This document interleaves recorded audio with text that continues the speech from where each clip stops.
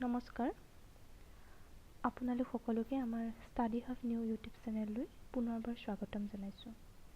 আমি ইতিমধ্যে degree first semester July 2024ৰ এছাইনমেণ্টৰ কেইবাটাও প্ৰশ্নৰ উত্তৰ আলোচনা কৰিছোঁ।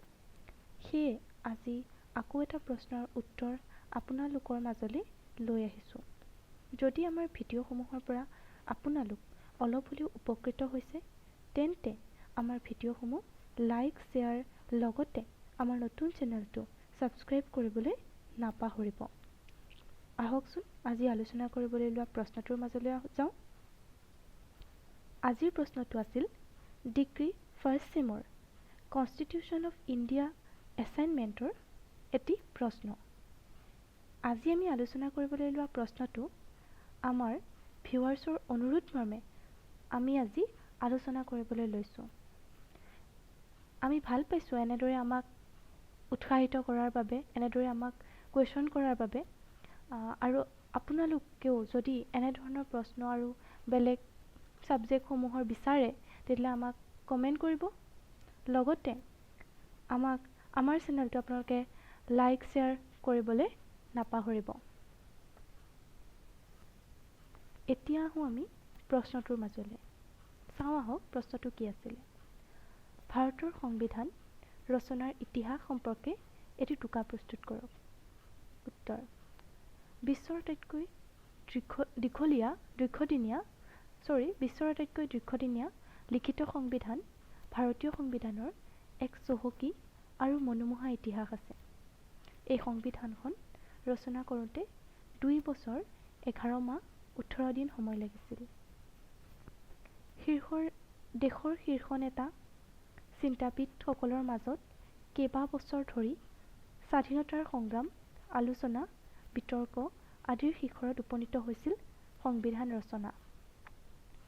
পৃষ্ঠভূমি: ভাৰতৰ বাবে সংবিধানৰ দাবী 20 শতিকাৰ আৰম্ভণিৰ পৰাই আৰম্ভ হৈছিল। অগ্ৰণী জাতীয়তাবাদী আন্দোলন ভাৰতীয় জাতীয় কংগ্ৰেছে 1920 চনৰ পৰাই সংবিধানৰ দাবী জনাই আহিছিল। কিন্তু 1947 চনৰ 15 আগষ্টত ভাৰতে স্বাধীনতা লাভ কৰাৰ পিছতহে সংবিধান ৰচনাৰ প্ৰক্ৰিয়া আন্তৰিকতাৰে আৰম্ভ হয়। সংবিধান সভা: 1946 চনৰ 6 ডিচেম্বৰত ডক্টৰ ৰাজেন্দ্ৰ প্ৰসাদক সভাপতি হিচাপে লৈ সংবিধান সভাৰ গঠন হয়। এই বিধানসভাত 389 জন সদস্য আছিল, য'ত ব্ৰিটিছ ভাৰতৰ 292 জন, ৰাজকীয় ৰাজ্যৰ 93 জন আৰু মুখ্য আয়ুক্ত প্ৰদেশৰ 4 জন সদস্য আছিল। বিধানসভাক স্বাধীন ভাৰতৰ সংবিধানৰ খচৰা প্ৰস্তুত কৰাৰ দায়িত্ব দিয়া হৈছিল। খচৰা প্ৰস্তুত কৰা সমিতি: 1947 চনৰ 29 আগষ্টত 7 জন সদস্যৰে গঠিত এখন খচৰা সমিতি গঠন কৰা হয়। সেইসকল হ'ল ডক্টৰ ভীমৰাও ৰামজী আম্বেদকাৰ অধ্যক্ষ, N Gopalaswami Ayyangar, Alladi Krishnaswami Ayyangar, K M Munshi, Syed Mohammad Saadulla, N Madhav Rao আৰু ডি পি খাইতান। খচৰা সমিতিৰ দায়িত্ব আছিল সংবিধানৰ খচৰা প্ৰস্তুত কৰা। খচৰা প্ৰস্তুত প্ৰক্ৰিয়া: খচৰা সমিতিখনে এখন খচৰা সংবিধান প্ৰস্তুত কৰে, যিখন 1947 চনৰ 4 নৱেম্বৰত সংবিধান সভাৰ সন্মুখত দাখিল কৰা হয়। খচৰা প্ৰস্তুত প্ৰক্ৰিয়াত সংবিধান সভাৰ সদস্যসকলৰ মাজত তীব্ৰ বিতৰ্ক, আলোচনা আদিৰ সৃষ্টি হয়। প্ৰভাৱ আৰু প্ৰেৰণা: ভাৰতীয় সংবিধানত ব্ৰিটিছ সংবিধান, আমেৰিকাৰ সংবিধান, আইৰিছ সংবিধান আৰু ভাৰত চৰকাৰ আইন 1935 আদি বিভিন্ন উৎসৰ দ্বাৰা প্ৰভাৱিত হৈছিল।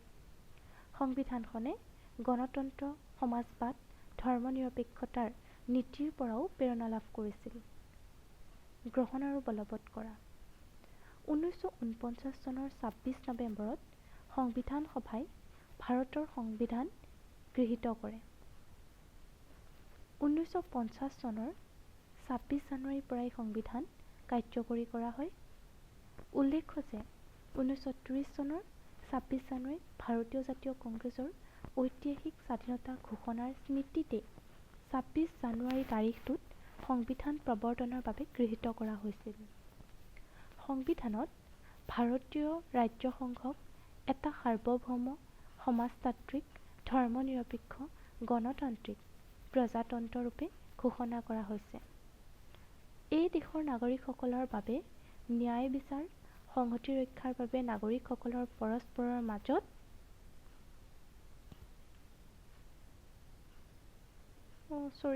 ন্যায় বিচাৰ সাম্য আৰু স্বাধীনতা সুনিশ্চিত কৰা হৈছে আৰু জাতীয় সংহতি ৰক্ষাৰ বাবে নাগৰিকসকলৰ পৰস্পৰৰ মাজত ভাতৃভাৱ জাগৰিত কৰি তোলাৰ বাবে অনুপ্ৰাণিত কৰা হৈছে। মূল বৈশিষ্ট্যসমূহ: এই সংবিধানত মুঠ 25টা অংশ, 470টা ধাৰা আৰু 12টা অনুসূচী আছে। ই ভাৰতক ফেডাৰেল, গণতান্ত্ৰিক আৰু ধৰ্মনিৰপেক্ষ জাতি হিচাপে প্ৰতিষ্ঠা কৰে। ইয়াৰ নাগৰিকসকলক মৌলিক অধিকাৰ আৰু স্বাধীনতাৰ নিশ্চয়তা প্ৰদান কৰে। সংবিধানত সংসদীয় চৰকাৰ ব্যৱস্থা, স্বতন্ত্ৰ ন্যায়পালিকা আৰু নিয়ন্ত্ৰণ আৰু ভাৰসাম্যৰ শক্তিশালী ব্যৱস্থাও আছে। শেষত ক'ব পাৰি যে এনেদৰে বিশ্লেষণ কৰি ক'ব পাৰি যে ভাৰতীয় সংবিধান ৰচনা এক ঐতিহাসিক পৰিঘটনা আছিল, যিয়ে ভাৰতৰ সাৰ্বভৌম গণতান্ত্ৰিক গণৰাজ্য হিচাপে যাত্ৰাৰ আৰম্ভণি কৰিছিল। দেশৰ একাংশ শীৰ্ষ নেতা আৰু চিন্তাবিদে প্ৰস্তুত কৰা সংবিধানখনে সময়ৰ লগত থিয় দি দেশৰ ৰাজনীতি, সমাজ, অৰ্থনীতি গঢ় অব্যাহত ৰাখিছে। এনেদৰে আজি আমি কনষ্টিটিউশ্যন অফ ইণ্ডিয়া এছাইনমেণ্টৰ এটি কুৱেশ্যনৰ এনচাৰ সম্পৰ্কে আলোচনা কৰিলোঁ। এনেদৰে আমি প্ৰতিটো এছাইনমেণ্টৰ কুৱেশ্যনসমূহ নিয়মীয়াকৈ আলোচনা কৰি যাবলৈ চেষ্টা কৰিম। আপোনালোকে কুৱেশ্যন এনচাৰসমূহ পাই থাকিবলৈ আমাৰ চেনেলটো ছাবস্ক্ৰাইব কৰি ৰাখিব। ধন্যবাদ।